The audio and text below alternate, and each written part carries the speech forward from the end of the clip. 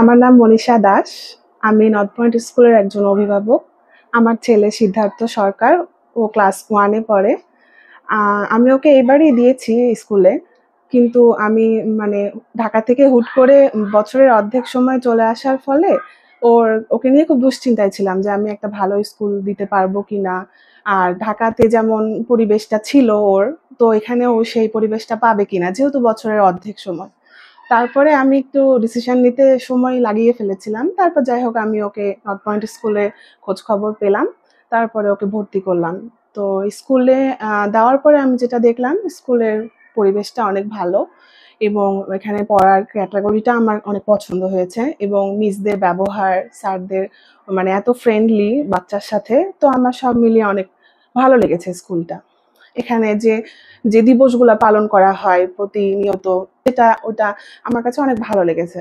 এই স্কুলে বাচ্চার যে একটা দরকার, মানে পড়াশোনা বাদেও যে একটা এক্সট্রা কারিকুলাম দরকার, সেটা আমি এখানে পেয়েছি।